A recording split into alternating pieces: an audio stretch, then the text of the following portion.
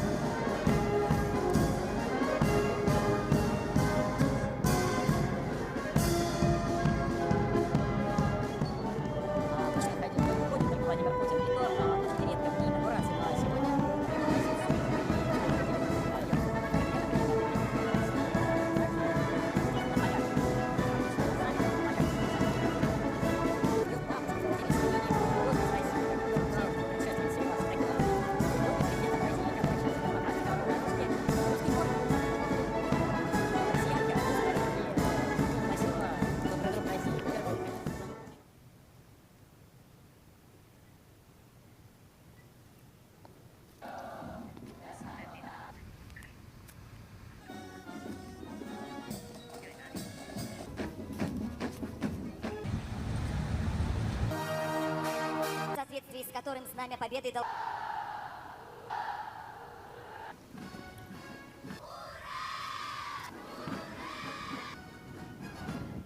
степени. Перед трибунами Сводского флота командир полковник операции, боевыми наградами Удасенко, медалями... Полковник Виталий Картин, кавалер... Уважаемые жители Сталиния специальной военной операции. Продолжает прохождение механизации радиоэлектронной борьбы Мурманск. В количестве 2 единиц. Ордену Святого Георгия.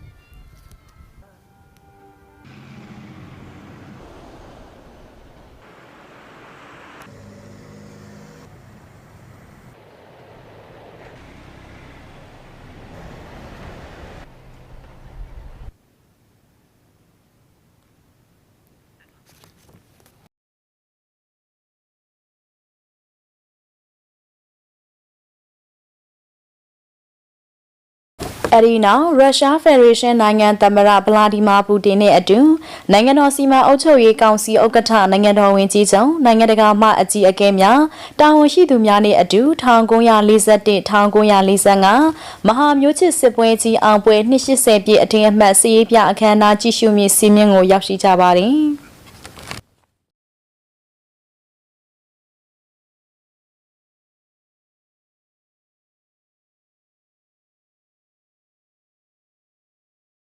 Arena အခမ်းအနားကိုစတင်ကျင်းပပြုလုပ်ရာရုရှားတပ်မတော်ကြီးတပ်ဦးစီးချုပ် Army General Olaf Saluk ရောက်ရှိနေရယူပြီးခရင်မလင်နန်းတော်မျှော်စင်ရှိနိုင်စင်မှ10နာရီအချက်ပေးခေါင်းလောင်းထိုးခဲ့ပါတယ်။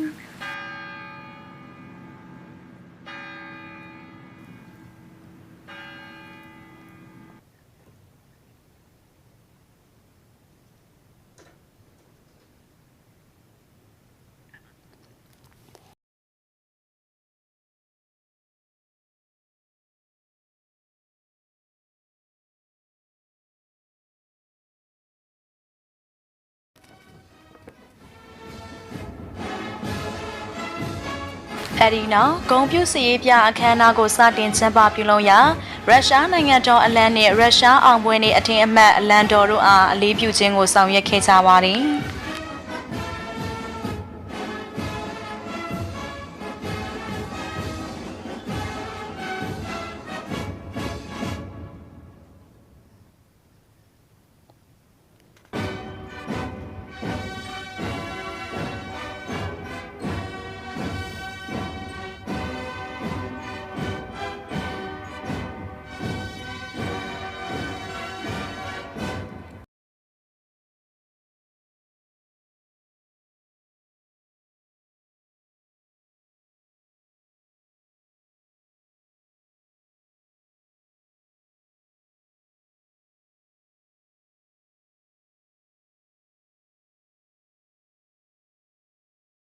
အဒီနာရုရှားကာကွယ်ရေးဝန်ကြီးမစ္စတာအန်ဒရီရာမိုဗစ်ပီလူဆော့ရောက်ရှိပြီးအလေးပြုခြင်းကိုခံယူကစစ်ရေးပြတပ်ဖွဲ့အသီးသီးအားမော်တော်ယာဉ်ဖြင့်လှည့်လည်ကြည့်ရှုစစ်ဆေးပြီးမဟာမျိုးချစ်စစ်ပွဲကြီးအောင်ပွဲ280ပြည့်အထင်အမှတ်ဂုဏ်ပြုစကားပြောကြားရာစစ်ရေးပြတပ်ဖွဲ့များမှအိုရာအောင်ပြီဟု၃ချိန်ကြွေးကြော်ခဲ့ကြပါသည်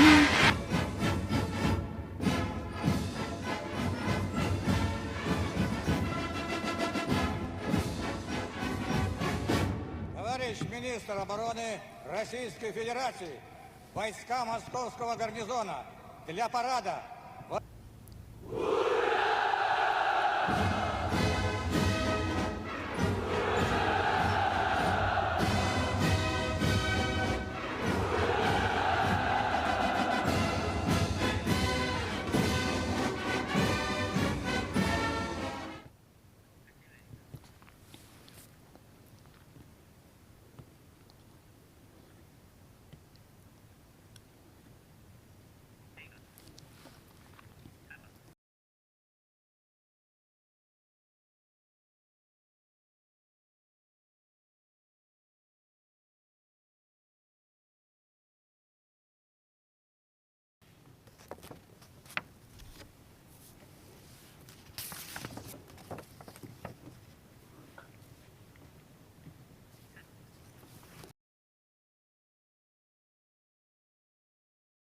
အဒီနောက်မဟာမျိုးချစ်စစ်ပွဲအတွင်းကြာဆုံးခဲ့တဲ့သူရဲကောင်းများနဲ့ရုရှားနိုင်ငံအတွက်အသက်ဆုံးခဲ့ကြတဲ့သူရဲကောင်းများအားအောင်းမေးဝဲဂုဏ်ပြုသောအပြင်10မိနစ်ခန့်ငြိမ်သက်ခဲ့ကြပါသည်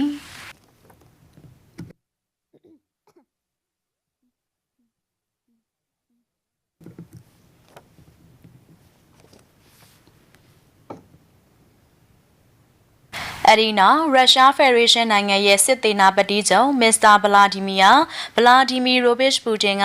မဟာမျိုးချစ်စစ်ပွဲကြီးအောင်ပွဲ280ပြည့်အထင်အမှတ်ဂုဏ်ပြုမိန့်ခွန်းပြောကြားခဲ့ပါသည်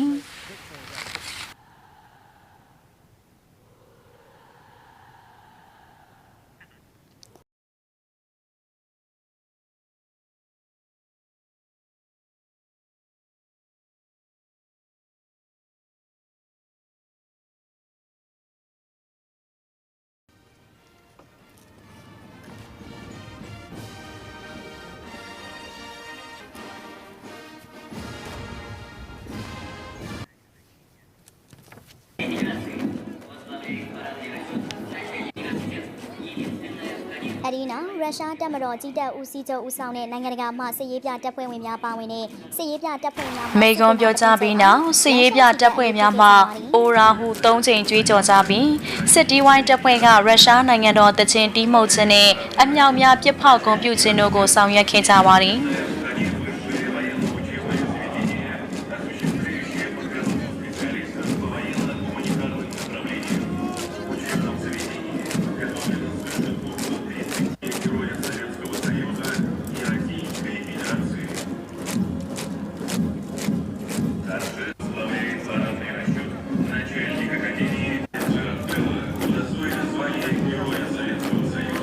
Товарищ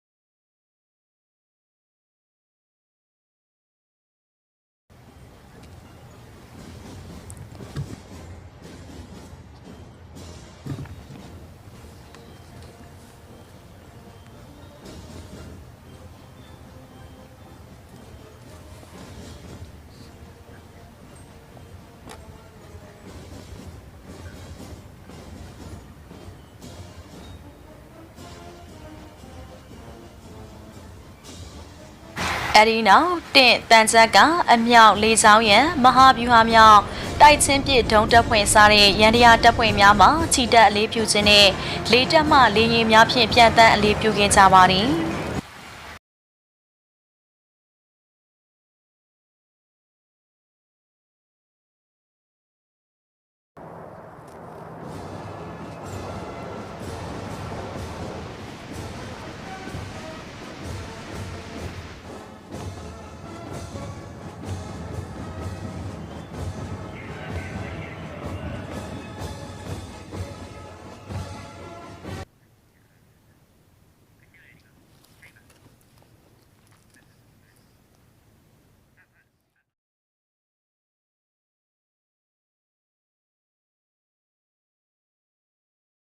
အဲ့ဒီနောက်စစ်တီဝိုင်းတပ်ဖွဲ့မှရုရှားအောင်ပွဲနေအခမ်းအနားအထင်အမှတ်ဂုဏ်ပြုတေးသချင်းအားတီဆိုကပြန်လည်ထွက်ခွာခဲ့ပါသည်